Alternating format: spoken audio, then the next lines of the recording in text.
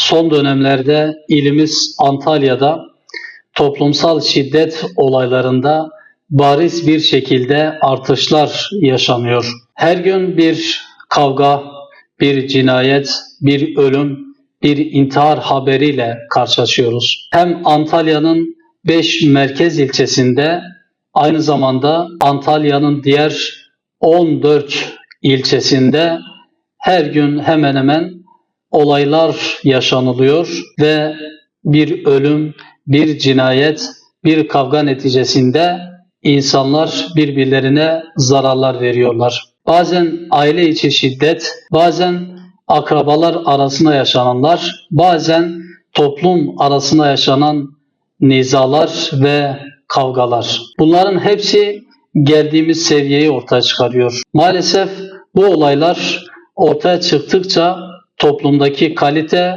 toplumdaki nitelikli yaşam azalıyor ve gençler de değerlerinden uzak bir şekilde hayatlarını sürdürmek zorunda kalıyorlar. Son dönemlerde artan toplumsal şiddet olaylarının sebebi, hikmeti nedir acaba? Bu olayların artmasının sebepleri altında birçok husus sayabiliriz. Bunların en önemlisi gördüğümüz ve gözlemlediğimiz kadarıyla maneviyattan uzak bir yaşam insanların dünyevileşmesine sebebiyet veriyor. Dünyevileşen insanlar maalesef kendilerine yakışmayan davranışlarda bulunuyorlar ve hem kendilerine hem de çevrelerine ciddi anlamda zarar vermiş oluyorlar. Bunun için, bu sorunların çözümü için mutlak surette toplumun yeniden fıtratına, aziz İslam'a dönüş sağlaması gerekiyor. İnsanlar aziz İslam dininin güzelliklerinden haberdar olduğu müddetçe sorunlar azalacaktır. Problemler azalacaktır. Ne zaman ki toplum, insanlar İslam'ın güzelliklerinden, İslam'ın nimetlerinden uzaklaştıkça hem örfi, geleneğinden, göreneğinden, kültüründen ve maneviyatından uzaklaştıkça maalesef toplumsal meselelerdeki olaylarda da artışlar yaşanıyor. Buna çare insanların, toplumun özüne dönüş sağlaması ve aziz İslam nimetinin farkına varması. İslam dini iyiliği emreder, güzelliği emreder. Toplumsal meselelere karşı hem bireysel olarak hem de topluluk olarak nasıl davranılması gerektiğini ortaya koyar ve kendi fertlerini de yetiştirir. Ancak toplum maalesef ki bu hususiyetlerden uzaklaştığı için her gün bahse konu ettiğimiz gibi cinayet,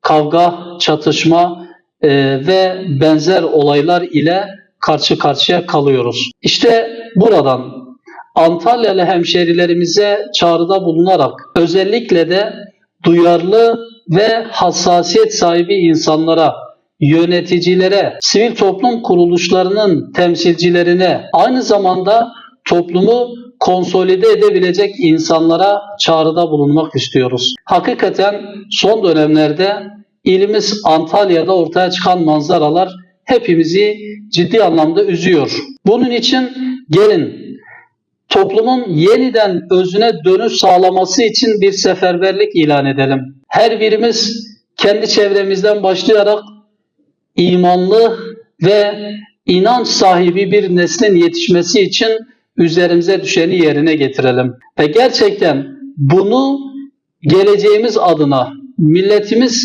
ve memleketimiz adına mensubu olmakla şerefyab olduğumuz aziz İslam'ın geleceği adına yapalım. Bunu yaparken de hiçbir dünyevi karşılık beklemeden, sırf toplumun daha iyi bir seviyeye gelebilmesi, gençlerimizin ve nesillerimizin değerleriyle beraber yetişebilmesi için yapalım. Eğer bugün bunları yapmazsak, yarın toplumsal felaketler artmaya başlayacak ve her bir olay, her bir haber bir haneye ve dahi bir mahalleye ve daha sonra bir ile yansıyacak ve hepimiz üzüleceğiz. Bu duygu ve düşüncelerle bu çağrımızı insanların, toplumumuzun aziz İslam'a dönmesi için yaptığımız çağrı yenileyerek sözlerimize son veriyor. Bu ortaya çıkan manzaraların bir kez daha yaşanmamasını Cenab-ı Allah'tan diliyoruz.